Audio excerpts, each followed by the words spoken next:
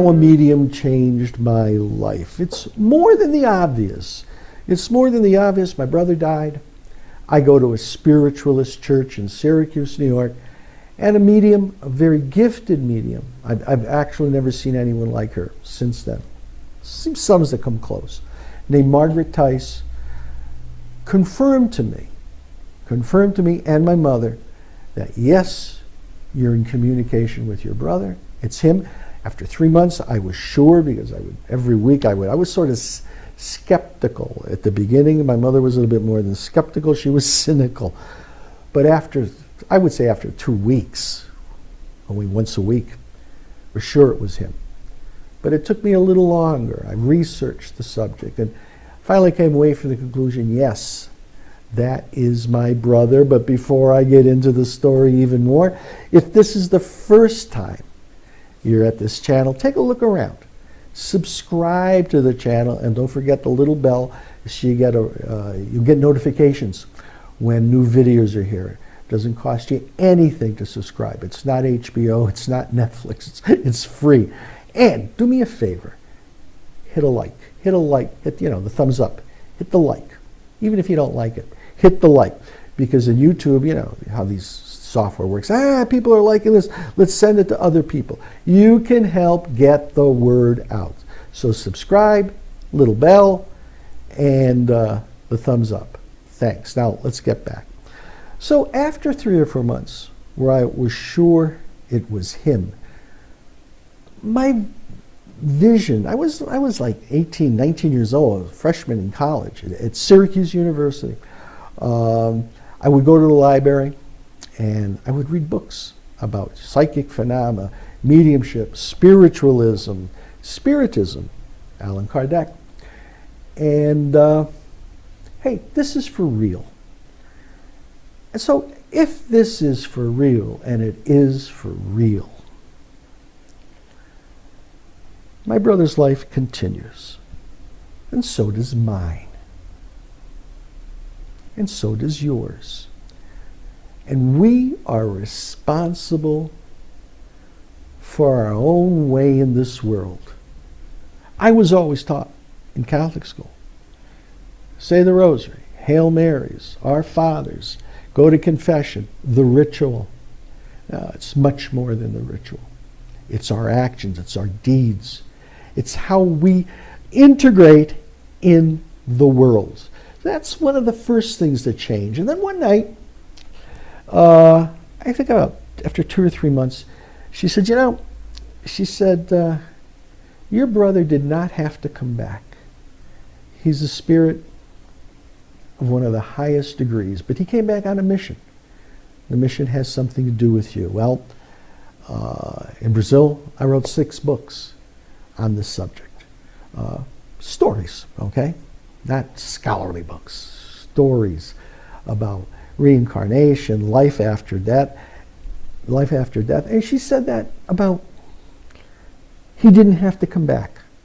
So I asked her, what about reincarnation? She says, well, our church, the spiritualist church, it really doesn't put too much emphasis on it.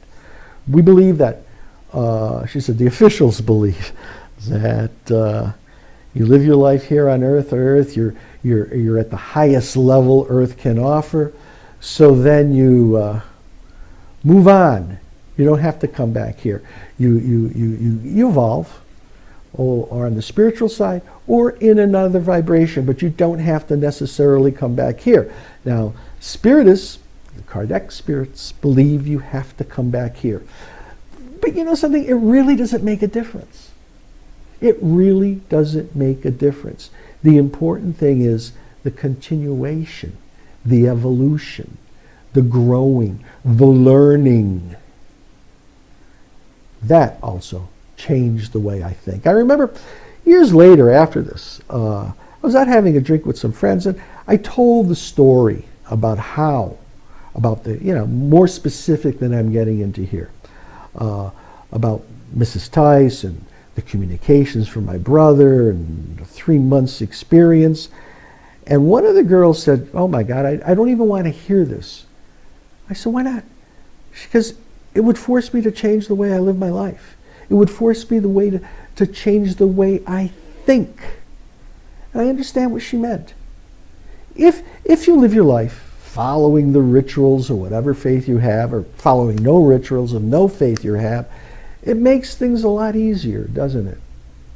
Oh, if I do this, I do this, I do this, I got my little spot in heaven. If I do this, I do this, this, I'm guaranteed. Well, it's a lot more uncertain than that. I asked my brother Joe about this once. I says, where am I going to go? He just laughed. It was through Mrs. Tice. And he said, read the Bible.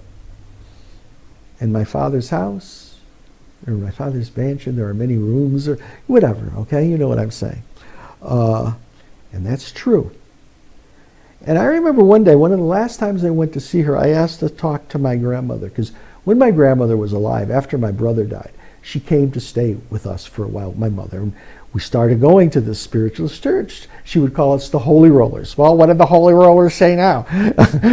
We would tell her, and she said, you shouldn't do that. You shouldn't do that. She thought my mother was going off her rocker. And me too.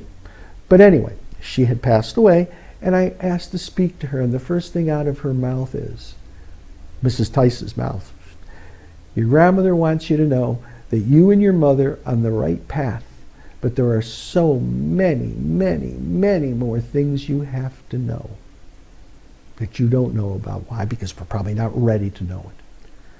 So I don't close the door on any possibilities. But I understand, because of the reincarnation, whether it's here or someplace else, this is not my first time around. This probably won't be my last.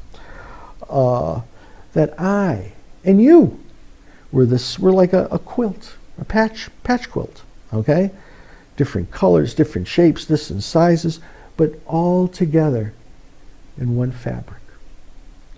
And that's when I learned to accept myself, because all those little patches in the quilt are the good things I've done, the bad things I've done, my victories, my defeats, the happy times, the sorrowful times, the good times, the bad times, everything I've done good and everything I've done bad. Accept yourself. And once you accept yourself, you can accept others. No more judgment. No more no more pointing fingers, because we all have it within us at one time or another. It's on our quilt. That's how the communication with my brother started changing the way I look at things. Guilt, resentment, let it go, because it's in the past. Let it go. And if you keep holding on to the past, guess what happens? You can't move forward. And our spirits, this evolution thing, whether it's here again or in other spheres, the progression, spirit wants to move on. It's like an instinct. And when we hold it back, it can cause some serious problems like depression, obsessions, traumas. So let things go. Don't judge others, and most of all, don't judge yourself. That's how, many years ago, the comfort that Mrs. Tice gave me and my mother and my family has changed my life. Before I did this video, I looked on the internet to see if I can find some things to make her relevant, as if I had to. But first found a little line in an obituary published in a newspaper in Syracuse, New York. Margaret Tice lived all her life in Salve, it's a suburb of Syracuse, New York, was born and died. That was it. Because this woman never wrote a book. She never gave an interview on TV. At the time I was at Syracuse University, I was majoring in radio and television, and I wanted to use her in the project. She says, no. Never gave a radio interview, never gave a newspaper interview, but what she did, every Wednesday night and Sunday night, she would show up at this small church in one of the poorer areas of Syracuse, New York. The church maybe held, I would say, maximum 30 people. And she would sit there, and she would give comfort to people. And I know at least in one case, she changed one person's life. Thank you, Mrs. Tice. And thank you for watching. Once again, you like it, even if you don't like it, thumbs up. And please subscribe to the channel. Thank you.